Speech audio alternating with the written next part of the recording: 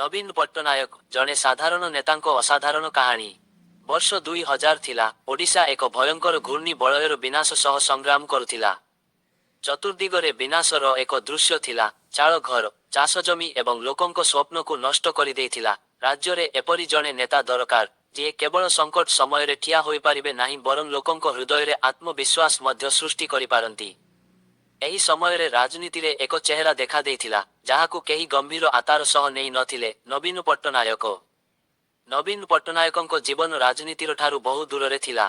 ସେ ଜଣେ ସଫଳ ଲେଖକ ଥିଲେ, ଯିଏ ଅନେକ ପୁସ୍ତକ ଲେଖିଥିଲେ ଏବଂ ସରଳତାର ସହିତ ତାଙ୍କ ଜୀବନ ବିତାଇଥିଲେ।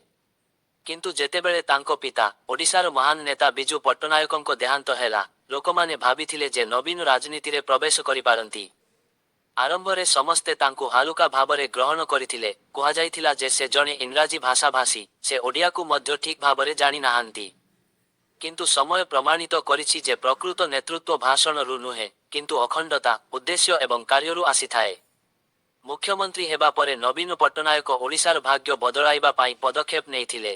ସେ ରାଜନୀତିକୁ ଅସ୍ଥିରତା ଠାରୁ ଦୂରେଇ ରଖିଥିଲେ। କୌଣସି ବଡ଼ ଭାଷଣ, ଶୋଭାଯାତ୍ରା ନାହିଁ। ତାଙ୍କର ପରିଚୟ ଶାନ୍ତି, ସରଳତା ଏବଂ ଦୃଢ଼ ନିଷ୍ପତ୍ତି ହେଲା। ବିପର୍ଯ୍ୟୟ ପରିଚାଳନାରେ ତାଙ୍କର ରଣନୀତି ଓଡ଼ିଶାକୁ ସାରା ଦେଶରେ ଏକ ଉଦାହରଣ ଦେଇଛି।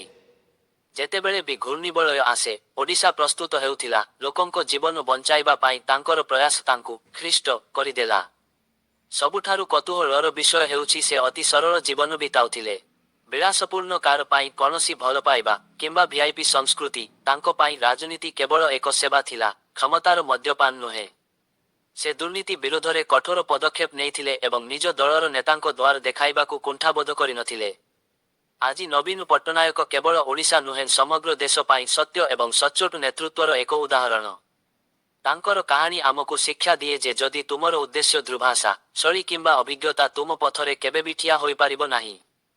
ନବୀନ ପଟ୍ଟନାୟକ, ଏକ ନାମ ଯାହା ପ୍ରମାଣିତ କରିଛି ଯେ ପ୍ରକୃତ ରାଜନୀତି ହେଉଛି ଲୋକଙ୍କ ହୃଦୟରେ ବିଶ୍ୱାସ ସୃଷ୍ଟି କରିବାର ନାମ।